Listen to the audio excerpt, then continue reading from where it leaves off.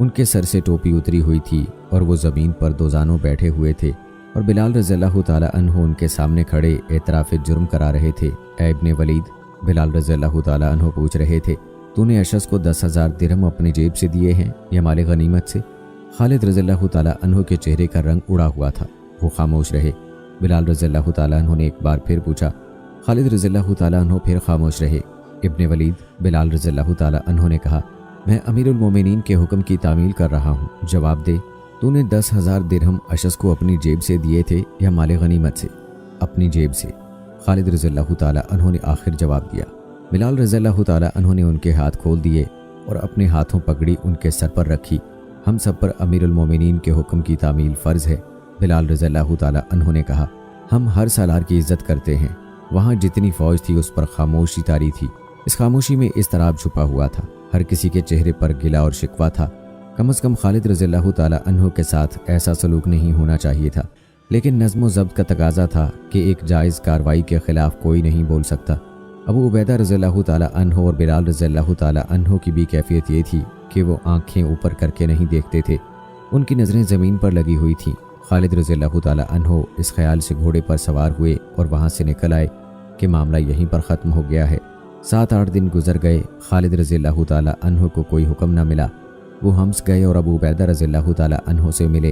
ابو سلیمان، ابو عبیدہ رضی اللہ تعالیٰ عنہ نے امیر المومنین رضی اللہ تعالیٰ عنہ کا حکم نامہ خالد رضی اللہ تعالیٰ عنہ کے سامنے کرتے ہوئے کہا، یہ پڑھ لو۔ یہ وہ حکم نامہ تھا جو امیر المومنین نے حضرت ابو عبیدہ رضی اللہ تعالیٰ عنہ کی طرف بھیجا تھا کہ خالد جو بھی اعتراف کریں انہیں معزول کر دیا جائے، تجھ پر اللہ کی رحمت ہو امین الامت۔ خالد رضی اللہ تعالیٰ عنہ نے ابو عبیدہ رضی اللہ تعالیٰ عنہ سے کہا، امیر المومنین کا یہ حکم مجھے اسی روز کیوں نہ سنا دیا؟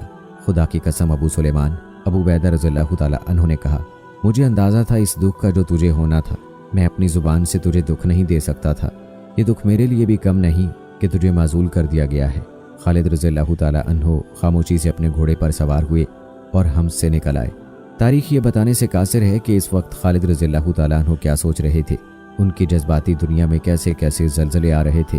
انہوں نے اپنی جیب سے یہ انعام دیا تھا، اسے وہ جرم نہیں سمجھتے تھے، وہ یہی سمجھتے تھے کہ انہیں جو سزا دی گئی ہے وہ بہت سنگین ہے۔ ان کی زندگی میں یہ دوسرا موقع تھا کہ وہ سوچوں اور خیالوں کی بھول بھلیوں میں بھٹکتے سفر کر رہے تھے۔ ایک روز جب وہ مکہ سے مدینہ کو تنے تنہا جا رہے تھے، انہوں نے مدینہ جا کر رسول اکرم صلی اللہ علیہ وآلہ وسلم کے دستے مبارک پر اسلام قبول کرنا تھا، اور اب وہ ہم سے اپنی معزولی کا حکم سن کر کنسرین کو جا رہے تھے۔ ان کے ذہن میں اضطراب کا، رنج و الم کا اور نہ جانے کیسی کیسی سوچوں کا طوفان اٹھتا تھا، اور وہ اس طوفان کے زناٹے سنتے جا رہے تھے۔